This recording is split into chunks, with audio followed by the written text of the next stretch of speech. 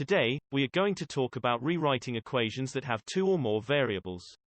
Sometimes this is called rewriting formulas. We call any equation, or formula that has two or more variables in it a literal equation. First, decide which variable you are going to solve for. In other words, find which variable you want to isolate. Isolating a variable means getting it all by itself on one side of the equation with the rest of the variables, coefficients and constants on the other side of the equation. To solve a literal equation, do these steps, in order. First, use the distributive property. Next, combine like terms. Remember, only like terms can be combined. Next, subtract the target variable, the one we are isolating, from one of the sides of the equation so it is only on one side of the equation. Next, subtract any terms from the target variable side of the equation that are not the target variable. Finally, divide both sides of the equation by the coefficient of the target variable. Let's look at an example. Don't worry, it's not too difficult once you get the hang of it. Let's start with the equation 5 times the quantity 3x plus 2y, plus 4x is equal to 7x plus 2y plus 5. First we do distributive property. So, 5 times 3x is 15x and 5 times 2y is 10y. So we get 15x plus 10y plus 4x equals 7x plus 2y plus 5. Next, we combine like terms. Remember, like terms can only be combined if they have the exact same variable combination, with the same exponents, and are on the same side of the equals sign. In this case, the only like terms are the 15x and the 4x. So we combine like terms and get 19x plus 10y equals 7x plus 2y plus 5. In this example, y is going to be our target variable. So we want all the y terms to be on the same side of the equals sign. It doesn't matter if they are all on the left side or all on the right side.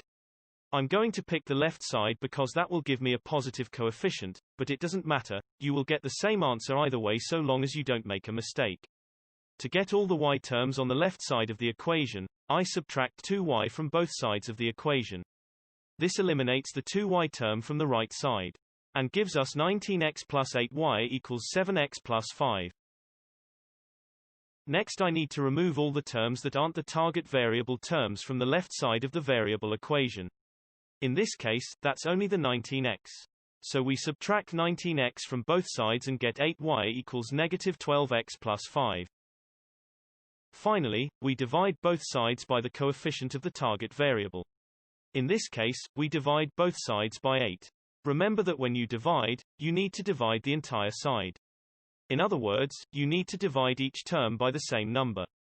So, in this case we divide both sides by 8 and get y equals negative 3/2 x plus 5/8.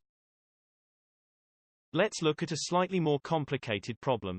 It's all relatively easy once you understand the 5 steps. Distributive property, combine like terms, move the target variable to one side, subtract the non-target variables from the target side, and divide by the coefficient of the target variable. Let's do the problem 5a plus 3 times 2b plus 2.